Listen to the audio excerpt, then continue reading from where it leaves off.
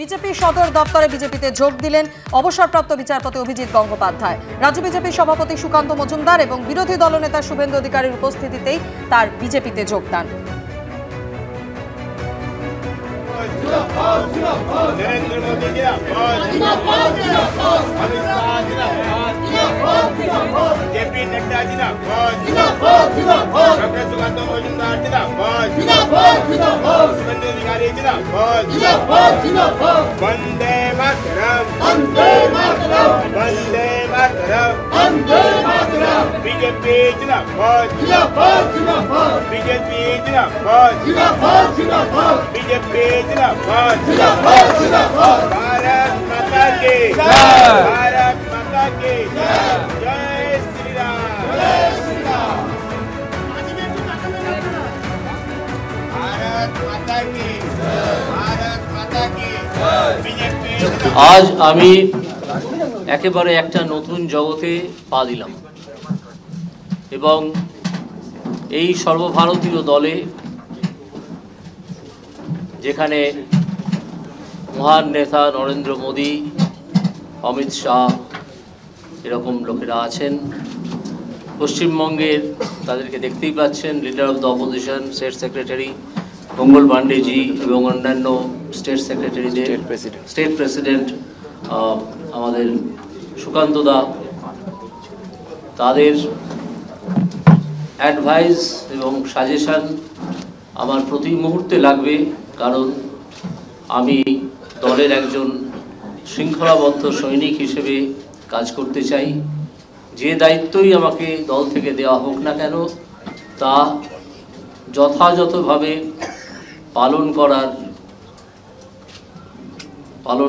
পালন করতে আমি প্রতিজ্ঞাবদ্ধ এবং আমি তা করব।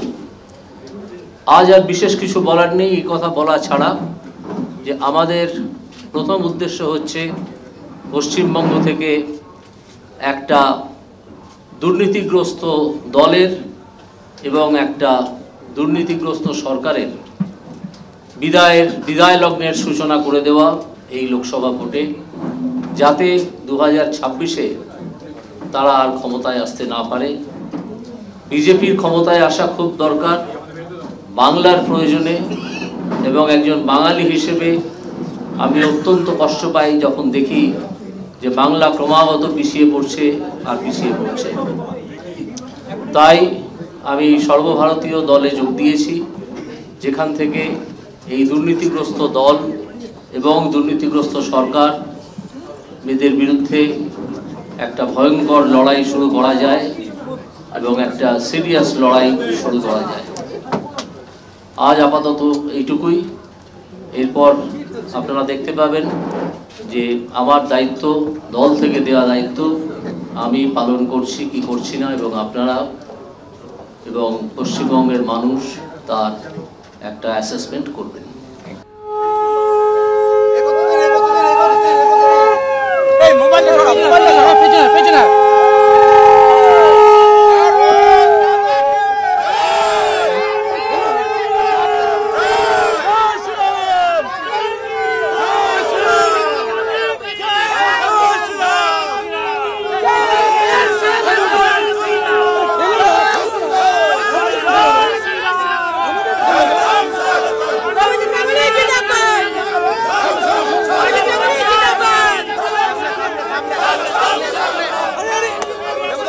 বেলা 12টা 20 নাগাদ তিনি বিজেপি সদর দপ্তরে পৌঁছন এবং তারপর তাকে শঙ্খধ্বনি উলুধ্বনি দিয়ে ফুল ছড়িয়ে স্বাগত জানানো হয়।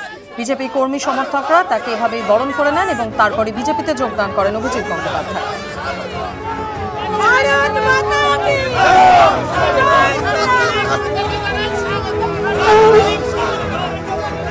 অভিজিৎ গঙ্গোপাধ্যায় কলকাতা হাইকোর্টের অবসরপ্রাপ্ত বিচারপতি, তিনি আজকে যোগদান করলেন বিজেপিতে। আর এই নিয়ে তৃণমূল কংগ্রেসের পক্ষ থেকে কি প্রতিক্রিয়া আসে?